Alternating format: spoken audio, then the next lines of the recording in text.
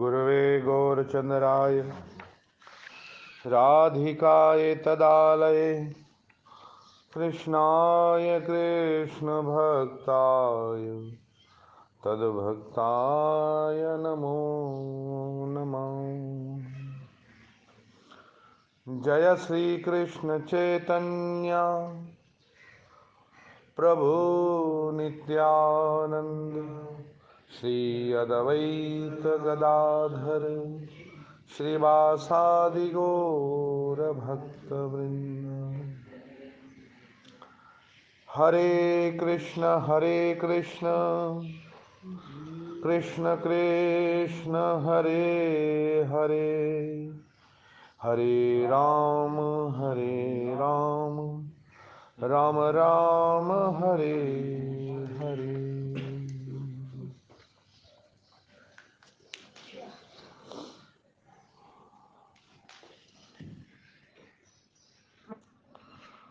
श्री गोदरम कल्पत्वी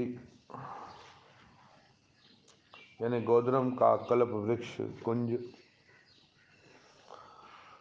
इसमें हम अभ्यास और आचरण पर चर्चा कर रहे हैं। 7वें श्लोक पर चर्चा हमारी चल रही थी। 7वें श्लोक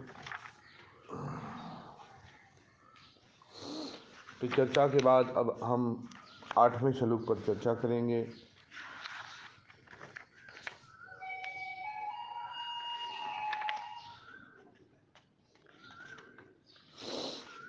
श्रील भक्ति विनोद ठाकुर महाराज यहाँ पर कहते हैं, मैं विनम्रतापूर्वक उन सभी से विनती करता हूँ जो नाम हट के कर्मचारी के रूप में ऊपर बताए 20 पदों में से किसी को भी स्वीकार करने के इच्छुक हैं। 20 उन्होंने पद बताए हैं सेवाधारियों के।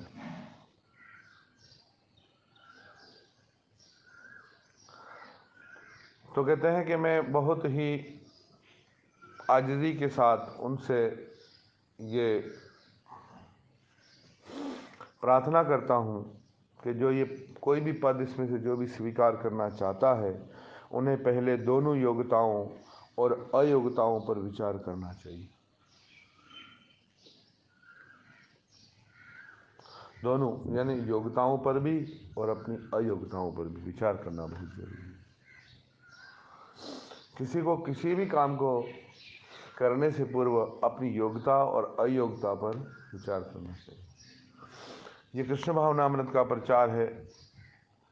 एक सीखना, किसी के हाथ के नीचे रहकर किसी की आज्ञा में कोई काम करना, उसमें गलती भी हो जाए तो आदमी सुरक्षित है, परंतु किसी कार्य को पूर्ण रूप से करना, उसके लिए ऐसा नहीं चलेगा कि देख लेंगे हो जाएगा, कर लेंगे,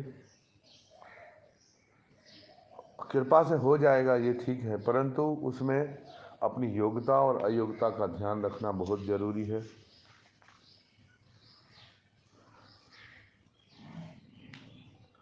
फिर अपना निर्णय मुख्य परिचारिक या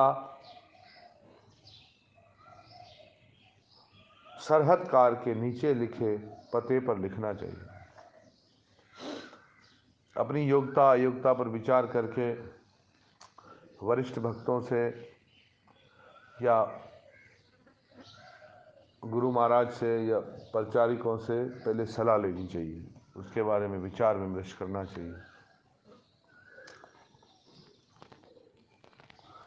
श्री नामहट परिमार्जक पतित गुणहीन सेवक श्री केदारनाथ भक्ति विनोद सुरभि कुंज गोद्रम दीप श्री नवदीप धाम पोस्ट ऑफिस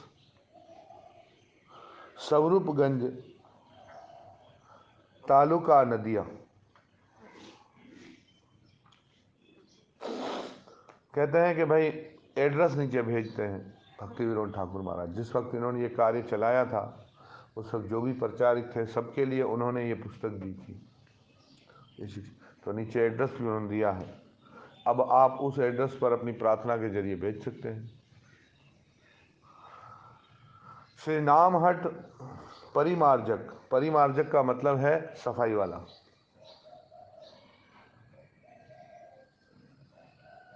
परिमार्जक का मतलब क्या है? सफाई वाला।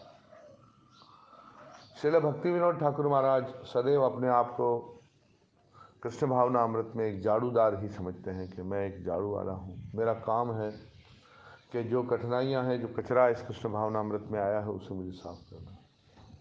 ऐसा दो तरह से होता है। हालांकि एक संसारी दृष्टिकोण से उनका तो सब कुछ आध्यात्मिक था, परिवार भी, काम भी, सब कुछ। मजिस्ट्रेट थे उड़ीसा के भक्ति विनोद ठाकुर महाराज, पर उनके इतिहास में, उनकी हिस्ट्री में कोई भी ऐसा फैसला जो उन्होंने गलत किया हो, ऐसा कभी नहीं हुआ। उन्होंने कभी किसी को गलत सज़ा नहीं सुनाई, कभी गलत फैसला नहीं किया, सारे काम न्यायपूर्ण किए उन्होंने। और एक मजिस्ट्रेट कोई हो जिसके हाथ में दूसरों की ज़िंदगी मौत के फैसले हों, वो व्यक्ति भी कृष्ण भावना अमृत के अंदर अपने आप को झाड़ूदार समझे, ये बहुत ऊंची बात है।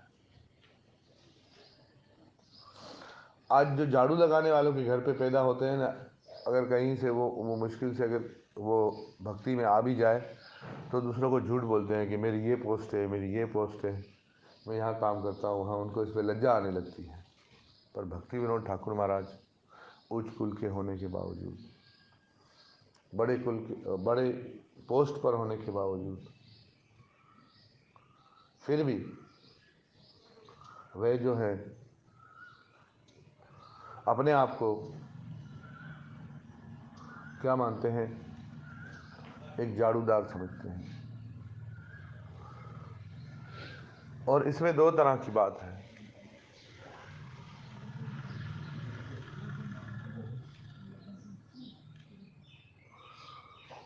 कि एक तो हम जब आश्रम में रहते हैं, गुरु महाराज के साथ रहते हैं, या कहीं भी हम सेवा में रहते हैं, एक हमारी मानसिक सेवाएं हैं, एक हमारी कायिक सेवाएं हैं जो हम शरीर से करते हैं। जो शरीर से की जाने वाली सेवाओं में अपने बल और सामर्थ्य के अनुसार हमें सारी सेवाओं में करने के लिए तैयार रहना चाहिए।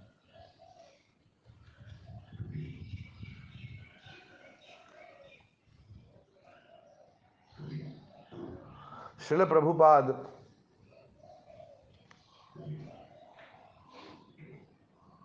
सभी सेवाओं में ध्यान देते थे, सब चीजें देखते थे।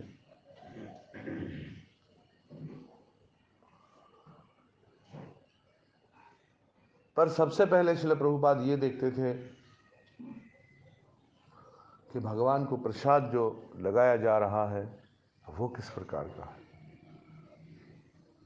कैसा प्रसाद भोग लगाया जा रहा है। भक्त जो प्रसाद बनाते हैं वो किस महारत से बनाते हैं।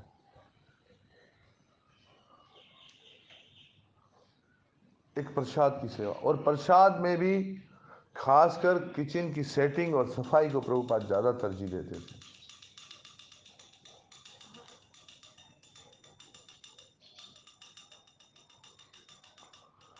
इसीलिए, और दूसरा, प्रभुपाद आश्रमों की पहले सफाई देखते थे, सफाई कैसी हो रही है। सब चीजें सेवाएं हैं। एक सीखने के भाव से सभी भक्त लोग जो याचना करते हैं, हकीकत में जो वैष्णव हैं वो तो सारी सेवाएं करने की तत्पर। एक चीज़ नहीं आती है तो वो दूसरे भक्तों से प्रार्थना करते हैं, भाई ये सेवा मुझे दें, ये मुझे, ताकि उनकी सेवाएं अच्छी हो सके और उनमें से जो भूल हो, गलतियां हो, निकल जाए। ऐसे ही सफाई में भी हमें मतलब भाव रखना चाहिए और उसमें भी अपनी भूल, अपनी गलतियों को साफ करके अच्छे से सफाई करनी चाहिए। ये भी सेवा है। अब देखिए, मैं छोटी सी बात बताऊँ, सामने देखिए वो जहाँ पर तो किसी ने भी सफाई की है तो वो गंदा झाड़ू उसने दीवार पर मारा है और अपनी सेवा का चिन्ह छोड़ दिया है। किसी ने तो कारीगरी की ही होगी।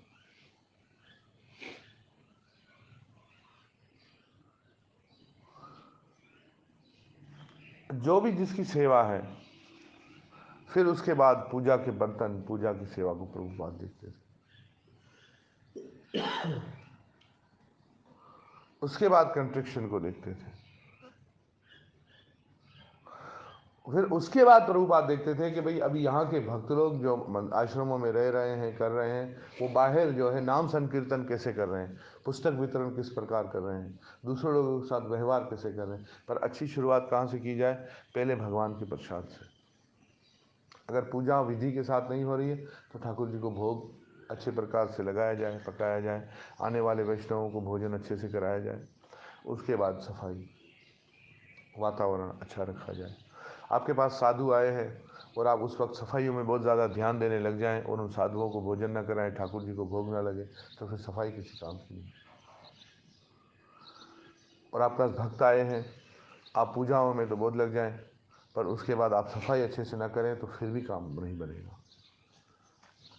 आगे बढ़ते, ये सारी उच्चतम सेवाएं हैं, पर सारी सेवाओं के जो लिए जो तैयार है वही साधक है, सभी सेवाओं के लिए हमें।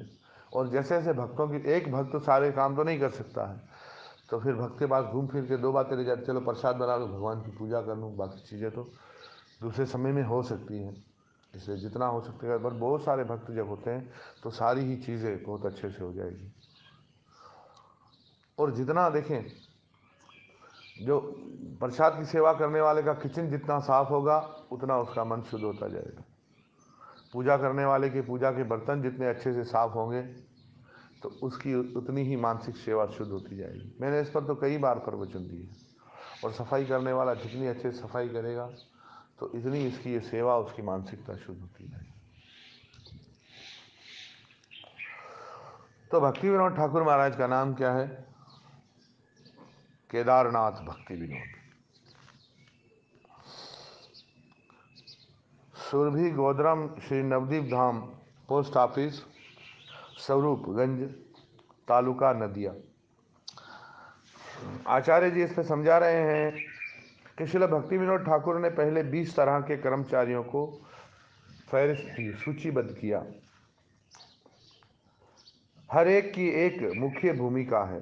उन्होंने पंचायत नेताओं से शुरुआत की। एक तरह का उन्होंने एक ट्रस्ट बनाया, समझो क्या बनाया? ट्रस्ट बनाया, जो नित्यानंद प्रभु के प्रतिनिधि थे। दूसरा स्थान भक्ति विनोद ठाकुर ने अपने लिए स्वीकार किया। कौन सा? झाड़ूदार, सफाई का वाला, जो बाजार को साफ रखता है और दूसरे कर्मचारियों की उनकी सभा में और उनका जिम्मेदारियां पूरी करने में सहायता करता है। देखिए, हम कोई भक्ति सेवा में, प्रचार में कुछ गलती कर रहे हैं और वो जो कोई हमें जो बता रहा है उसका हमें बहुत धन्यवाद करना चाहिए। अक्सर मैंने भक्तों को चिढ़ते हुए देखा है, अक्सर मैंने भक्तों को ऐसा देखा है कि वो फिर उस जगह पे काम ही नहीं करते जहाँ उसकी कोई गलतियाँ निकालते, वो कहते चलो यहाँ से छोड़ दो। मगर ये तो बहुत बड़ी भूल है हमारी, कि हमारी कहीं कोई गलती निकाले या कहीं हमसे कोई हमें टोके, हमें बताए।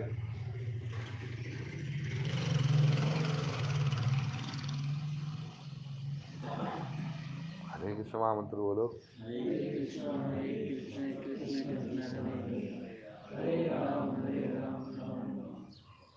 तो हमें प्रसन्न होना चाहिए कि ये भक्त जो है ये मेरी गलती नहीं निकाल रहा है, ये मुझे कृष्ण प्रेम के मार्ग में आने वाली रुकावटों को दूर कर रहा है, मेरे गुरु की आज्ञा पालन में आने वाली रुकावटों को क्या कर रहा है? दूर कर रहा है। तो ये कृपा है। पर किसी ने टोक दिया, किसी ने बोल दिया, क्योंकि अपनी गलती हमें कभी भी नहीं लगती है कि गलती है। जैसे बच्चा तोतला तोतला बोलता है तो उस बच्चे को लगता है कि मैं सही बोल रहा हूँ। जैसे पानी को अक्सर तो छोटे बच्चे मम बोलते हैं, पर आहिस्ता आहिस्ता आहिस्ता वो इन बातों को समझने लगता है। जैसे शुरू शुरू में बच्चे पिताजी को, जो खासकर बड़े बच्चे घर में, जैसे किसी नए लड़के लड़की हो, किसी की शादी हो लड़के की, तो क्या होता है, धनराज भाई आपकी तो होगी तो पता चलेगा। शादी होती है नई नई, और उसके घर पे बच्चे होते हैं ना, वो उसको नाम से ही बुलाते हैं। कैसे? क्योंकि अभी शादी हुई लड़के की तो उसके घर में माता पिता परिवार के सारे बड़े होते हैं तो उसको नाम से बुलाते हैं। जैसे मेरे पिताजी थे तो दादा दादी उनको बाबू बाबू कह के बुलाते थे, तो मैं भी बाबू ही बोलता था। मैं भी उनको क्या बोलता था? बाबू बोलता था। घर में पति पत्नी होते हैं तो पति पत्नी को नाम से बुलाता है, तो बच्चे भी थोड़े बड़े होकर नाम से ही बुलाते हैं। और अक्सर जो है कि हमारे तो मतलब गुजराती में लोग अरे अरे कर कर बुलाते हैं, तो बच्चे भी अरे अरे करते हैं। पर बाद में कोई उसे टोकता है तो उसको लगता है, हमें लोग टोकते थे, भाई बाबू शर्म नहीं आती तुम्हें, बाप को नाम से बुलाते हो? तो मैं बोलता था कौन बाप? बोला ये बाबू, ये तुम्हारा बाप है ये। हमें पता ही नहीं था बाप किसको बोलते हैं, तो टोकते थे लोग। ऐसे ही हम बच्चे हैं ना कृष्ण भावना अमृत में जब तक, तो हमें बहुत सारी चीज़ों का ज्ञान, उसकी गहराई समझ में नहीं आती। फिर कोई हमें वरिष्ठ टोकता है या कोई भी भक्त, हमें कोई भक्त ना हो वो भी हमें टोके, फिर भी हमें सावधान हो। एक बहुत बड़ी सीख मैंने ली, तो जल्दी जल्दी में हम लोग गए, वो एक तो महेंद्र के पास जब हम करवा रहे थे ट्रांसलेशन भगवत गीता की, टाइपिंग करवा रहा था तो बैठा था, तो मैं जल्दी जल्दी में गया। उस दिन से देर भी बहुत कर दी थी, तो जल्दी बस जैसे उसने ऑफिस खोला तो हम बैठ गए और कंप्यूटर चालू किया, मैं बैठ गया। हम 2-2.5 घंटे लगे, कम कर। अचानक एक व्यक्ति आया, वो तो थोड़ा भोपा टाइप का व्यक्ति है, उनका सादा भोपागिरी में है, मगर वो जानते मुझे बहुत टाइम से है। मुझे देखा तो बहुत प्रसन्न हुआ, मेरा बात की, तो उसने मेरा जायज़ा लिया। मैं तो पिछली बार से बहुत ज़्यादा ही बदल चुका हूँ शरीर के लिहाज से। उसने मुझे बोला कि प्रभु जी, आप तो गुरु जी है, आप तो संत हैं, मुझे आपको टोकना नहीं चाहिए, पर मैं एक बात आपसे कहना चाहता हूँ। मेरी औकात नहीं आपको बोलने की, उसे बहुत विनम्रता से कहा, पर एक बात कि अगर ये भगवत गीता आप कितने घंटे से पढ़ रहे हैं? मैंने कहा कितने घंटे से इस पर काम कर रहे हैं? गीता जी आपके हाथ में। मैंने कहा तकरीबन 2.5 घंटे हुए हैं। मतलब अगर आपने ये किसी मंदिर में आप भगवत गीता पढ़ रहे होते तो क्या उस वक्त भी आपके पाँव में चप्पल होते? मेरे पाँव के नीचे चप्पल तो क्या, ज़मीन भी निकल गई। मेरे पाँव के नीचे से चप्पल भी नहीं, एक साथ समझो ज़मीन भी निकल गई। उस वक्त मेरी दिशा वो हो गई कि अगर अभी ज़मीन फटे तो अभी इसमें समा जाऊँ। मुझे लगा ये बहुत बड़ी, मेरे से बहुत बड़ी गलती। मैंने कहा कि हाँ, वो जल्दी जल्दी में खबर क्षमा करना, क्योंकि जब मंदिर में हम भगवत गीता पढ़ते हैं तो ना उधर चप्पल रखते हैं ना कुछ। यहाँ भी समझो आपके लिए तो ये भी मंदिर ही होना चाहिए, आप भगवत गीता पे काम करें, क्षमा करना। फिर भी मैंने उसी टाइम चप्पल उतार दिया, क्योंकि इत्तेफाक हुआ रोज़ उतारते थे, उसी दिन नहीं उतारे थे। तो मैंने कहा कि भाई ये तो इसके हृदय से ठाकुर जी ने ही मुझे प्रेरणा दी है। फिर मैं उसका धन्यवाद उस व्यक्ति को दिल से धन्यवाद करता हूँ, इसने मेरा बहुत बड़ा मार्गदर्शन किया। उसके बाद तो फिर तो हम लोग जब बेचारे तो चप्पल का बोलते भूल गए चप्पल। ये वो तो मैं उसको बोलूँ, भाई मैं जानूँ मेरा काम जाने, तुम मुझे कौन हो टोकने वाले? उसने जो मेरे भले की बात की ना, अपराध तो मैं उसके चरणों में नहीं कर रहा था, मैं तो अपनी कृष्ण भावना अमृत पे अपराध कर रहा था। और उसका धन्यवाद, उसका 100 बार धन्यवाद। और मेरे फिर चूँकि वो सामने वाला वो उसने भी उतार दिए। फिर वो तो रोज़ बूट पहन के बैठता था, उसने कहा मैंने उतार दिया, उसे टोका तो जो सामने काम उसने भी उतार दिए। तो ये कृपा होती है, जो कोई हमें टोके और अगर वो बात सही है, हमें ये नहीं देखना चाहिए कि ये खुद कितना इसमें, क्योंकि यहाँ पर ही मंदिर में मैंने एक भक्त को टोका, अपने आश्रम की बात है, तो उसने झट से दूसरे का नाम लिया कि गलती तो वो भी करते हैं, गलतियाँ तो सभी करते हैं। उसने ये नहीं विचार किया कि भाई ये मुझ पर कृपा हो रही है तो मैं अपना सुधार करूं, दूसरे का भी हो जाएगा। हम करें तो भाई हम, और जो दूसरे करें तो दूसरे को। तो उसके कई विचार ऐसे आ जाते हैं। तो ये है अपना हनन करना। तो जो लोग भी दूसरों का मार्गदर्शन कर रहे हैं, जो लोग भी भक्ति में दूसरों की गलती उनको बता रहे हैं, वो भक्ति विनोद ठाकुर महाराज का ही काम कर रहे हैं। वो झाड़ूदार है, वो सुधार ला रहे हैं। हाँ, कभी कभी कोई न समझते हैं, कुछ भक्तों की तो आदत ही होती है कि भाई उनको तो हर किसी को उपदेश ही करना होता है। वो उन बच्चों की तरह होते हैं जो नए नए सीखे होते हैं, अभी इनको इतना वो नहीं तो उस पर भी नहीं उलझना चाहिए, हमें मुस्कुराना चाहिए। जैसे अभी हम बैठे थे, हमारे आत्मा तो प्रभु आए तो उनकी छोटी बेटी आई थी, उसने दोनों जो बातें की वो अपनी जगह पे ठीक थी, पर वो किससे कर रही थी उसका इसको पता नहीं, मुझे माँ प्रसाद गोविंद बोला है, घर पे नहीं प्रसाद खा रहे थे, माँ प्रसाद गोविंद बोला, तो मैंने कहा वो तो सब पहले ही बोल दिया था। तो अच्छा अर्पण अर्पण करते हो या नहीं ऐसे ही खाते? हाँ, मैंने कहा हाँ हाँ करते करते। पर उसमें भी मुझे लगा कि ये भी उसने अपने काम तो सही किया, पर कहाँ करना था इसका उसको विचार। ऐसे भी भक्त आपको मिल जाएंगे जो आप कुछ सही भी कर रहे होंगे, फिर भी उनको आदत होती है समझाने की, बुझाने की। पर सभी को इस नज़र से नहीं देखना चाहिए हमें। कभी कभी हम सबको ऐसे ही देखते हैं कि भाई अभी इन लोगों का तो क्या है। अगर हम पते की बात बता रहे हैं, हमें अच्छी बात बता रहे हैं, तो वो हमें ग्रहण करनी चाहिए।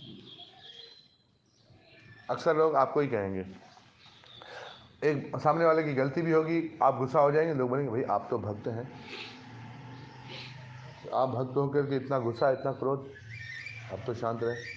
और अक्सर मैंने भक्तों को देखा है वो अपने घर वालों के साथ बहुत ही दुर्व्यवहार से बात करते हैं, बहुत ही गलत अंदाज से बात करते हैं। ज़रा सी बात पे ऐसे हो जाते हैं कि वो भगवान है, जो उनकी अगर नहीं मानी घर वालों ने तो तूफान खड़ा करेंगे, जल्दी उत्तेजित हो जाते हैं।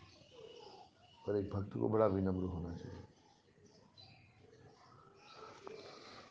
ये बहुत महत्वपूर्ण है। कि भक्ति विनोद ठाकुर ने से संयम को इस कृष्ण भावना अमृत के अधीन प्रस्तुत किया, इसका कर्ता धर्ता नहीं प्रस्तुत किया। क्या प्रस्तुत किया कि मैं इसमें एक नौकर हूं, अपने आप को नौकर प्रस्तुत किया। तीसरा पद है सरहतदार, बाजार संवाददाता, जो संबंधित सूचना और बाजार के काम के बारे में ताज़ा खबर प्रचारित करता है। चौथा है डंडीदार, तराजू परिचालक, जो माल की जांच करता है। पांचवा चाबीदार का महत्वपूर्ण कर्तव्य है चाबी रखने वाला, जब वे भंडार घर को खोलता है बिक्री चालू होती है, और जब वे बंद करता है। वह समझो वो व्यक्ति है हमारे बीच में कि जिसके कहने पे हम कोई काम शुरू करते हैं और जिसके कहने पे हम वो काम बंद करते हैं। तो अभी आप गुरु बहन भाइयों में उत्थल वाले आश्रम में वो चाबियाँ अभी तो हेलाद ने संभाली हुई है, देते ना इसको भाई ये सेवा करो, ये सेवा करो, ये सेवा करो। तो जैसे अभी अब जब आप अभी मौजूदगी में आप लोग समझे पूरी उम्र ये चाबी लेके जब बैठी रहेगी, तो कहीं किसी और के हाथ में चाबी दे देंगे, कभी इनको किसी जगह ताले में बंद भी कर देंगे। तो मतलब अभी तो है ना भाई, इसको बोले सेवा कर ले, इन्हें बोले सेवा कर ले, इन्हें बोले। पर जो चाबीदार है उसके ऊपर भी आज्ञा देने वाले ऊपर क्या है मौजूद होते हैं। चाबी हमारे हाथ में है तो हमें तो कार्य शुरू करना है और बंद करना है और उसका निरीक्षण करना है, पर किसी की आज्ञा में रहकर करना है। बिक्री समाप्त हो जाती है, उसे सेवा में यह सुनिश्चित करना सम्मिलित है कि हर रात्रि भक्त समय पर सो जाएं। जो मंदिर में सेवाएं सबको देते हैं उनको ये भी देखना है कि कौन कितने बजे सोया। ये मजाक नहीं है कि भाई 1 बज गया, 2 बज गया, 12 बज गए, बस हमें एक समय रखना है, वो निश्चित समय पर हमें जय श्री कृष्ण हो जाता है, ताकि निश्चित समय पे हम उठ सकेंगे। अक्सर भक्त लोग को सोते वक्त बहुत सारी बातें याद आ जाती, खे खुखू खाखा, तो ये बहुत खतरनाक काम है। बजाय इसकी चर्चा करने के लिए सुबह हमारी चर्चा ना हो कहीं वैष्णवों की सभा में, इसलिए सो जाए, इसलिए सो जाए तो सही है। और इसमें वैरागी होना है। और आप देखें ये जो है ना, ये इसको दिन को ना त्याग सके तो रात को तो जरूर त्याग दे, और जो आश्रम में रहे वो से तो बिल्कुल इसको त्याग देना चाहिए। आप लोग साक्षात कथा सुन रहे हैं बस,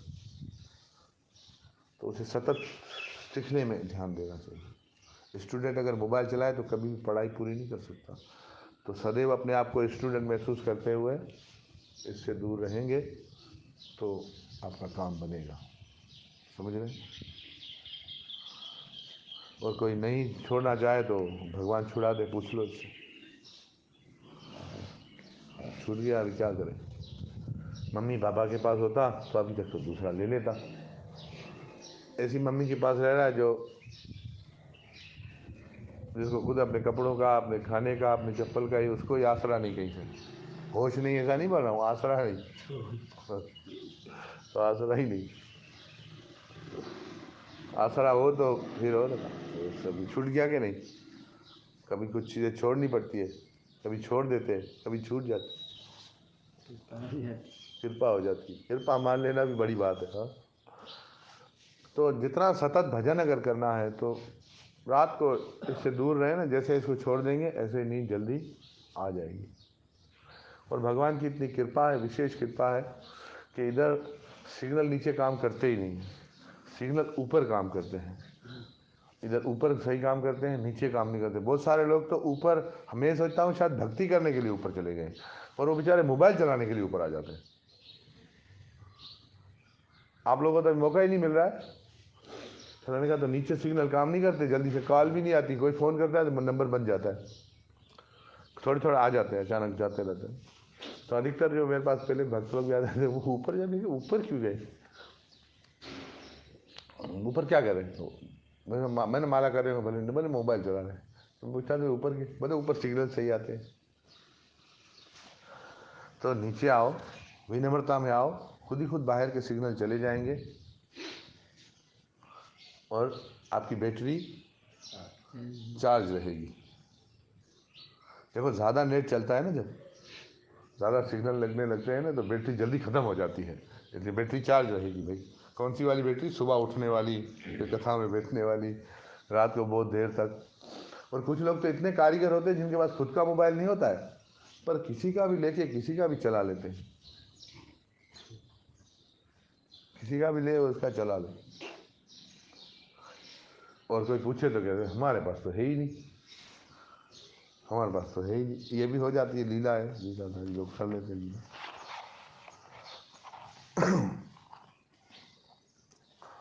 अब चाबी बंद करने का मैंने पहले ही बताया, ताला बंद करने का मतलब है कि रात के टाइम या समय के साथ उस सेवा को मुकम्मल विराम दे देना। जो चीज़ भी समय के साथ चलती है उसकी अति नहीं होती है, उसमें कंटिन्यू लोग बने रहते हैं। और ये अभी का मेरे घर के आप सत्संग से ही आप लोग इसका उदाहरण देखें कि लोग दिन ब दिन आस्ते आस्ते बढ़ रहे हैं और शांतिपूर्वक हो रहा है। क्यों? कोई खलबली नहीं है, कोई भोजन, कोई ऐसा वैसा, कोई कुछ भी नहीं, बस समय से ख़त्म हो जाता है। भक्त लोग भी वहाँ से आराम से निकल कर 11:30 बजे तक कहाँ पहुँच जाते हैं? यहाँ पहुँच जाते हैं। हाँ, सोते सोते उनको 1 बज जाता होगा, तो ये मुझे पता नहीं। वह ताकि वे अगली सुबह जल्दी उठ सकें। फिर वे कुली हैं, पटेल, पोर्टर, जो माल उठाता है और कठोर प्रयास से ग्राहक के वाहन में रख देता है, जैसे संकीर्तन गाड़ी में सामान रखना या हरि नाम को जन समूह तक लाना।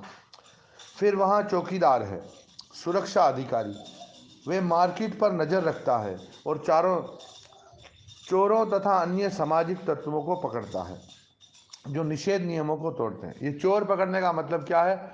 जो लोग सेवा कर रहे हैं उन पे नज़र रखना कि वो कोई किसी तुक्के पे तो नहीं सेवा कर रहे हैं, हेरा फेरी तो नहीं कर रहे हैं, तुक्का तो नहीं लगा रहे हैं, उसमें वो गड़बड़ी तो नहीं कर रहे हैं, या जो झूठे दर्शन को प्रचलित करते हैं या उस प्रचार में कुछ मिलावट तो नहीं कर रहे हैं, उसमें हेरा फेरी तो नहीं कर रहे हैं। मोहरर, मुनीम सभी खर्च और दिन की बिक्री का हिसाब रखता है। ये वो व्यक्ति होना चाहिए जो प्रचारिक लाए, उसको दान, ये दान मिला, जो खर्चा किया उसका हिसाब उसको दे, वो सारा रखे कि भाई इतना मठ में, मंदिर में इतना प्रचार कार्य के द्वारा या आने वालों के द्वारा इतना धन आ रहा है और इतना व्यय हो रहा है, और उसकी सूचना ऊपर दे। समझ रहे हैं? ये पूरी ऐसे सब अगर आज़ादाना स्वतंत्र, हमें अभी इस संगठन को पूरा मजबूत करना है, तो उससे क्या होगा कि हम चिंता से रहित हो जाएंगे। अवधेश आनंद जी महाराज महामंडलेश्वर हैं, बहुत बड़े प्रचारक, आप लोगों ने उनको सुना भी होगा। आप लोग उनका अवधेशानंद जी का कभी प्रवचन सुना है? शंकराचार्य परंपरा से हैं, पर बहुत बहुत प्यारे महापुरुष, महाभागवत। मैं तो उनकी बड़ा आदर करता हूँ। तो एक बार मैं उनकी सत्संग सुन रहा था, तो अवधेशानंद जी महाराज ने बताया कि उनका साधन काल था। देखिए, जो बहुत सारी चीज़ें हमारे पास आती है, फिर हम अपने पास रखते हैं, तो उसका परिणाम क्या होता है? जो हमारा ये मन में हमारा नहीं होता कि हमारी है, पर उसके बाद भी अधिक संग्रह में हमारे पास होती है। तो साधन काल था, तो कहते एक झोपड़ी थी, रात्रि को जलाने के लिए दिया भी नहीं था, और साधना करते थे, और लेखन कार्य भी था। गुरु महाराज ने उनको लिखने का कार्य भी दिया था। तो अभी जंगल में रहना और इस प्रकार से जीवन व्यतीत करना, तो एक बार दर्शनार्थी भी लोग आते रहते थे। कोई नए नए भक्त जैसे मुंडन करे, भगवा वगैरह पहन ले, ब्रह्मचारी हो जाए, तो बहुत सारे भक्त उसका आदर करते हैं। तो कहते एक महाअनुभव आ गए, और बाद में जाते हुए 2 रुपये देखेंगे। कितने देखेंगे? 2 रुपये। 2 रुपये देखे गए भाई। कितने देखेंगे गुरु जी? 100 रुपये भी नहीं थे। कितने थे? 2। ये कोई 40 साल 35 साल पुरानी बात या 45 साल पुरानी। अवधेशानंद जी महाराज तो अभी भी मौजूद हैं। उनके साधन काल की बात।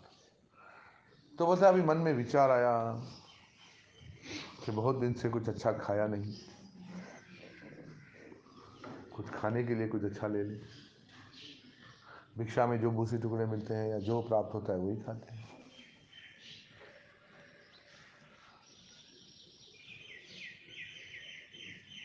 या फिर दिया सिलाई ले ले, तेल ले ले, कपास ले ले, रात को भी अध्ययन करना होता है या लिखना होता है तो रोशनी कर ले। कई विचार आए उनका। जूते नहीं है, जूते लें, वस्त्र फटे हुए हैं कि वस्त्र लें। सारी रात यही विचार चलते रहे कि भाई ये 2 रुपये का खर्च कैसे करना है। क्या विचार चलता रहा? 2 रुपये का खर्च कैसे करना है। तो सुबह सवेरे प्रभात में गुरु महाराज बोलते पधार गए, और गुरु महाराज ने आते ही कहा कि सारी रात सोए नहीं हो, जिसने सारी रात आपको चिंतित किया है वह मुझे दे। और जब कहते हैं कि मैंने वो 2 गुरु महाराज को दे दिए उस वक्त, और मेरा मन बिल्कुल शांत हो गया, क्योंकि जब तक वो मेरे पास थे मुझे चिंता में डाले। इसका तो उदाहरण हमारे कमलकांत प्रभु है, बैठे हुए। तो पैसे मिले थे, विचार कर रहे थे गुरु महाराज को दे, घर में लगाए, इधर करे वो करे, इतने प्रसन्न थे। जब उधर गए तो चेक खो गया। वो दीक्षा प्रोग्राम था हमारा टंडवालिहार में, आ रहे थे, चेक ही खो गया। पर इन्होंने एक बात कही, उन्होंने कहा मुझे खाली दुख इतना है कि मैं परिवार के लिए तो वैसे ही इतना नहीं कमाता हूँ, पर उनको दिया नहीं। पर उसमें गुरु महाराज आपको भी कोई सेवा नहीं कर सका कि सेवा में लग जा। सही, अभी इतना मिला था। अरे छोड़ दो छोड़ दो, सेवा करो, बस प्रोग्राम हो जाए। प्रोग्राम हुआ, और इन्होंने भी मन से निकाल दिया, चलो ठीक है। अच्छा, आए दौड़बागी भी आने की थी, उसी में खोया था टंडवालियार प्रोग्राम में आने के लिए। और फिर उसके बाद प्रोग्राम खत्म हुआ, और इनको फिर फोन आ गया, और चेक भी दोबारा मिल गया। तो वो तो मिल गया, फिर सेवा में इन्होंने लगा दिया, तो निश्चित हो गया। देखिए, तो ये जो हमारे पास जो भी है संग्रह, इसकी एक हमें हर चीज़ के संगठन में कुछ लोगों को सेवा में होना चाहिए, और वो व्यक्ति निष्पक्ष होना चाहिए। एक वो बात नहीं होनी चाहिए कि भाई जिसके हाथ में हिसाब किताब रहे तो दाता देता है, भंडारी पेट फूटता है। कभी कभी आप पैसा कोई और लाता है, देता कोई और है, सेवा कोई और करता है, पर जिसके हाथ में रखो ना, उसकी कुड़कुड़ सबको बर्दाश्त कर ली। तुम लोगों को पता नहीं है कैसे चल रहा है, क्या होता है, कैसे चल रहा है, हम वो हमें ही पता है। और इतना कुड़कुड़ करता है, इतना कुड़कुड़ करता है कि सब चीज़ का कर्ता धर्ता बन जाता है। उसको ऐसा नहीं, उसको बस सतत आज्ञा में रहना चाहिए। आज्ञा है, हमारा तो काम है बस अपने पास रखना, जहाँ आज्ञा होगी वहाँ सेवा करेंगे, पर सूची रखनी जरूरी है, उस कार्य को संभालना बहुत जरूरी है। इससे क्या होगा कि हर काम में निष्पक्ष काम होगा और बहुत सारी वृद्धि होगी, और दूसरे भक्त लोगों को पता चलेगा कि भाई खसारे में जा रहा है तो अधिक अनुदान लेकर उसको आगे बढ़ाया जा सकता है। अब कहते हैं फिर वहां दारोगा, जिसको इंस्पेक्टर कहते हैं, प्यादा पुलिस वाला या कांस्टेबल और फर्श रोशनी दिलाने वाला जो संध्या समय लेप जलाता है, वहाँ घड़ियाल भी है, घाट के सुरक्षक जहाँ लोग नदी पार करते हैं, दुकानदार, गोदाम का मालिक, पंसारी, सफ़र में रहने वाला विक्रेता, पायकारी यानी पानी पिलाने वाला या थोक विक्रेता, वहाँ पातनी है, नाव चलाने वाला जो ग्राहकों को नाव से नदी के पार ले जाता है। वे विभिन्न प्रकार की माया को पार पाने के लिए नाव उपलब्ध कराते हैं। ये वो लोग हैं, ये सलाहकार लोग हैं। जो पार ले जाने वाले कौन लोग हैं? कभी कुछ भक्तों के साथ रहकर उलझ जाते हैं लोग, कभी उनके मन में संशय आ जाते हैं, तो कोई व्यक्ति ऐसा होना चाहिए जो उनको सही सलाह दे कि भाई ऐसा नहीं, ऐसा है, ये आपको, ये है माया से पार कराने वाले लोग, ये है नावक लोग जो दूसरों की नैया पार लगाते हैं। और जो किसी भक्तों के मन में संशय डालते हैं ना, वो समझो कि इसकी नैया इसने डुबो दी, क्या की, फिर बेचारा कहता रहेगा हमें तो अपनों ने लूटा, गैरों में कहाँ दम था। कभी कभी अपने ही साथ उठने बैठने वाले लोग ही दूसरों के मन में संशय डाल देते हैं और उसको और भटका देते हैं, ये नाव डुबाना है। पर किसी के मन में किसी के बारे में ईर्ष्या हो, संशय हो, संदेह हो, उसको उखाड़ फेंक कर उसको उसके प्रति उसके मन को साफ कर देना ही उसकी नाव को क्या है, पार लगाना है। वे विभिन्न प्रकार की माया को पार पाने के लिए नाव उपलब्ध कराते हैं। वे जानते हैं कि फासलों को मिटाने के लिए कैसे सहायता की जाए। कुछ लोग कृष्ण भावना अमृत की विधि को शुरू करने के लिए बिल्कुल तैयार हैं, लेकिन किसी पारिवारिक आसक्ति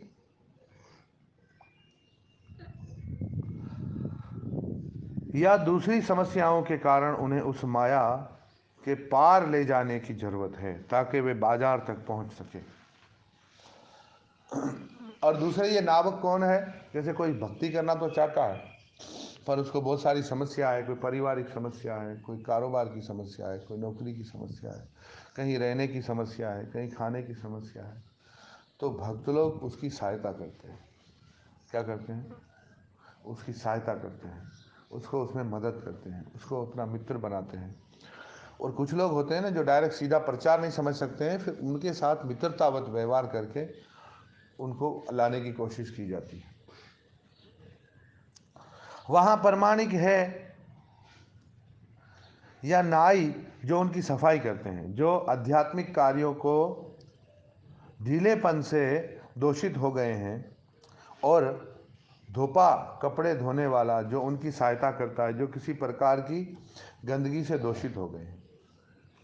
जैसे कपड़े गंदे हो जाते हैं और वहाँ दलाल है, ब्रोकर या बिक्री एजेंट, उनके पास माल नहीं है लेकिन वह ग्राहक और विक्रेता को पास ले आते हैं। कुछ लोग हैं जिनको प्रचार नहीं आता है पर वो दूसरों की सहायता करते हैं, प्रचारक के पास लेके आते हैं। ये लोग हैं ब्रोकर। ये कौन है? ये ब्रोकर है। और आखिरी कर्मचारी जो यहाँ वर्णित है, दर्जी है, टेलर, जो कपड़े सिलता है, जो क्या करता है, आ जाओ भाई, जो क्या करता है, आखिरी सेवा, आखिरी पद कौन सा है? दर्जी का। हम सबको संभ्रांत होने के लिए उचित वस्त्र पहनाने की जरूरत है। वह लोगों को बाजार में उनकी सेवा, उनकी भूमिका खोजने में मदद करता है। असल में भक्ति विनोद ठाकुर मुख्य परिचारिक लोगों को उनकी उचित सेवा के पद पर रखने में मदद करते हैं। वे कहते हैं, विचार करो कि चैतन्य महाप्रभु के लिए आपको कैसे कार्य करने की इच्छा है। किसी के कपड़े गंदे हो गए हैं, धोबी का काम क्या है? किसी भक्त में दोष है और कोई भक्त उसको बार बार लेकर उस दोष को बैठा हुआ है, उसके मन से उस दोष को निकाल देना ही ये उसके कपड़े धोना है। कोई भक्ति में लड़खड़ा गया है, उसको वहां से उठाकर भक्ति में लगा देना ही दर्जी का काम है, उसके कपड़े सीना है। उसको फिर से उसके नियम टूट गए हैं, कोई उसको बाधाएं आ गई है। ये वही जैसे किसी आदमी कपड़े फट गए हैं, किसी को दागना। अब अक्सर देखो ऐसा होता है कि दो भक्त हैं, दोनों एक दूसरे के खिलाफ बात कर रहे हैं, पर बीच में जो धोबी है, कृष्ण भावना अमृत का धोबी, उसका काम क्या है कि उसे बताना कि भाई वो तो अक्सर आपकी तारीफ करता है, उसके हृदय में तो बहुत बड़ी जगह है आपके लिए, उसने तो कभी दोष गिना है नहीं। और उसको भी इसी प्रकार बताएं कि नहीं, उनके प्रति मन में भावना, वो एक भी उसमें से अच्छी भावनाएं प्रदर्शित करेगा, दूसरे में अच्छी भावनाएं आ ही जाएगी। पर अक्सर बहुत सारे लोग बहुत अच्छे सत्यवादी बन जाते हैं, तो उसको बोलते हैं वो तुम्हारे बारे में से बोल रहा है, वो तो गुरु और जो मुख्य रूप से वरिष्ठ प्रचारिकों के सिवा किसी का गुण दोष किसी के आगे वर्णन नहीं करना है।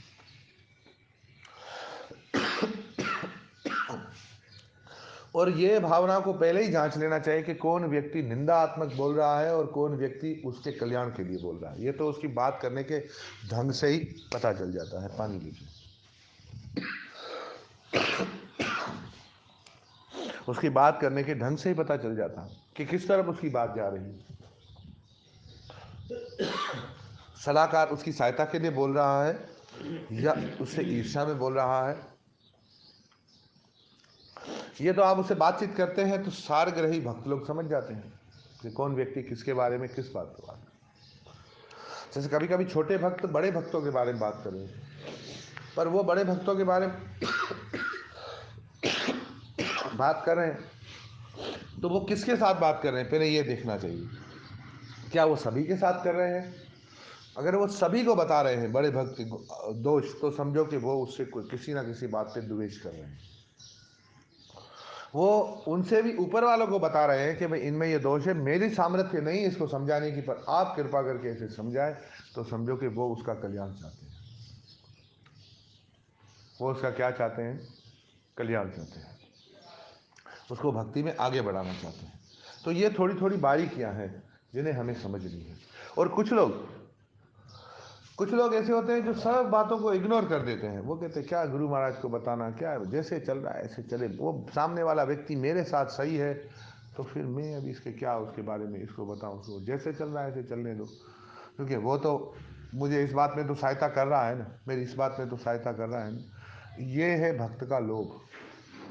भक्त को लोभी नहीं होना चाहिए, भक्त को कल्याणकारी होना चाहिए।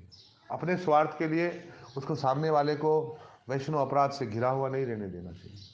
उसे स्पष्ट कह या किसी वरिष्ठ के साथ उसका विचार विमर्श करके उसे सलाह देनी चाहिए कि भाई अगर तुम अपना कल्याण नहीं कर सकते हो तो फिर, रात को भी एक ने प्रश्न किया था, कथा जाने के बाद 3 प्रश्न एक साथ छोड़े थे, मैंने उसका उत्तर रात को ही दिया था। आप लोग ने, मोबाइल चलाने वालों ने सबने सुन लिया था, नहीं सुना है? सुना था आपने? तो सुने उसका मैंने क्या उत्तर दिया। उसको मैंने यही समझाया कि भाई दूसरों की गलतियां निकालने के बजाय, बहुत अच्छे भक्त हैं जिन्होंने पूछा, पर दूसरों, अभी हम खुद ही डगमगा रहे हैं और दूसरे को भी हाथ देंगे तो दोनों को गिराएंगे, दूसरे को उठाने की कोशिश करेंगे, हम खुद ही अपनी टांगों पे खड़े नहीं सही से। जैसे किसी की कमर की नस हट गई हो फिर वज़न उठा ले, किसी का ऑपरेशन हुआ हो, डॉक्टर ने मना किया हो, फिर भी जोश में वज़न उठा ले, तो गड़बड़ हो जाएगी। इसी प्रकार से हम खुद भक्ति में अगर अच्छे नहीं है तो अभी किसी का दोष क्या निकालना, किसी की बुराई क्या देखना। हाँ, बताया, पर्सनल मुझे बताए, अगर किसी को ऐसा लगता है कि कोई व्यक्ति, तो नाम लेकर बताए, घुमा फिरा के बातें करने से क्या होगा। तो पर्सनल बताया कि भाई ऐसा हो रहा है, आगे आप जाने, आपकी आप जिस पर जैसे कृपा करें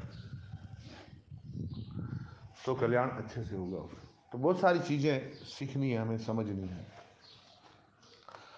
देखिए अभी जैसे ये आश्रम है, तो अभी अभी नए भक्त आए हैं, अभी अभी अभी जुड़े, अभी नए, अभी दीक्षा हो गई जल्दी में, ये तो पता नहीं महापुरुषों की कृपा होगी या पीछे वालों की भक्ति होगी तो दीक्षा होगी।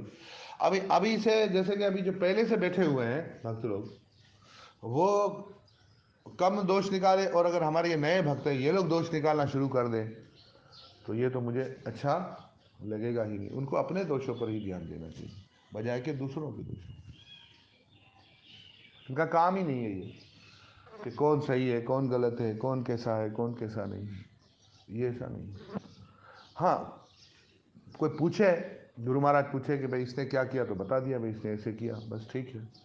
उसे उसको क्या लेना देना, ठीक करना या ना करना किसका काम है, वरिष्ठों का काम, हमारा तो काम नहीं है।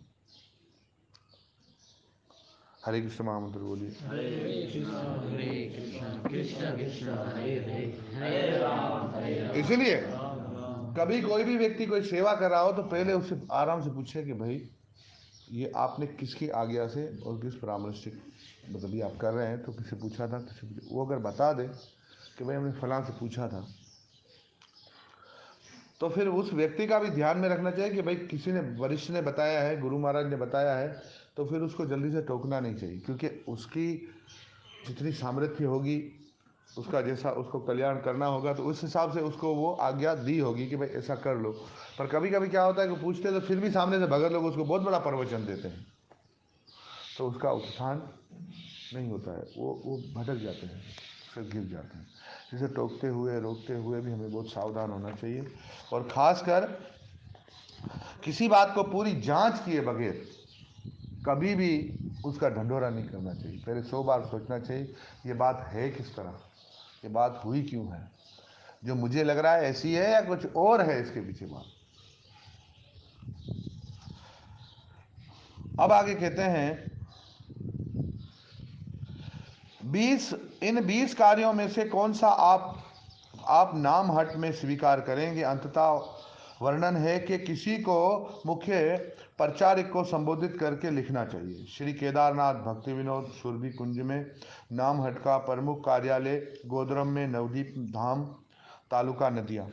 अब इसी एड्रेस पे आप लोग जो जुड़े हुए हैं, आप लोग का एड्रेस यहाँ का है, मतलब मेरे साथ आप लोग संपर्क करें, हमारे इस आश्रम का इसका एड्रेस है गौ राधा कृष्ण आश्रम, हिंदू मोहल्ला उत्थल।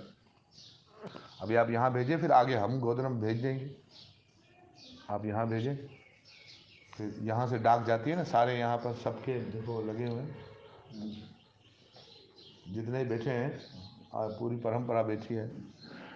जब तक हम बैठे हैं तो यहाँ हमारे तक, फिर बाद में आप लोग तक आएगी डाकें। हम शरीर छोड़ देंगे तो फिर डाक किस तरफ आएगी, हम तो आएगी। मजाक में कल बोल रहे थे, मेरा दीदी बात हो रही थी, तो उन्होंने कहा कि आज आप नहीं है ना, तो फिर ऐसे मजाक में मुझे कह रही थी, तो मैंने कहा देखो मेरे ना होने पर तो बहुत सारे लोग का, मेरे होने पर कितनी सारी रुकावटें बनी हुई है। कुछ लोग तो मेरे होते हुए ही कुछ काम कर गुजरे हैं, पर कुछ लोग तो इंतजार करें भाई जब तक गुरु महाराज है तब तक नहीं, फिर गुरु महाराज जाएं फिर देखो हम क्या करते हैं। तो मैं इनको ऐसे ही विनोद में बोल रहा था, परंतु ऐसे भी प्रकार के शिष्य होते हैं, कुछ लोग अभी दबे होते हैं, फिर आगे उनको सब करता धरता बनाता। अभी आप लोगों को पता भी नहीं चलेगा आप लोग के सर पर कौन नाच तांडव करेगा, कौन नाच करेगा। ये सारी चीज़ों को भी हमें सही करना है, ये सारे कचरे भी हमें साफ करने हैं, इनके लिए भी हमें शिक्षाओं की बड़ी ज़रूरत है। और कई ऐसे भी आ जाएंगे जो आपसे भी अधिक योग्य आ जाएंगे, उनके पीछे आप लोगों को कार्य करना पड़ेगा, क्योंकि जो अभी आपको नया आया हुआ लगता है वो पूर्वों से पता नहीं कितना पुराना है, उसका हमें पता नहीं होता है। जैसे हम बोलते हैं भाई नया साहब आया है, कौन सा है, डीसी साहब नया आया है या एसओ साहब नया आया है, अभी वो उस महकमे में तो नया नहीं आया है, हमारे सामने नया आया है। ये बात ध्यान में रखनी चाहिए कि वो साहब बन के आया है या उसको महकमे ने हम पे साहब बनाया है, तो वो महकमे के लिए नया नहीं है, जहाँ वो आया है, जिन लोगों के ऊपर आया है उनके लिए नया है।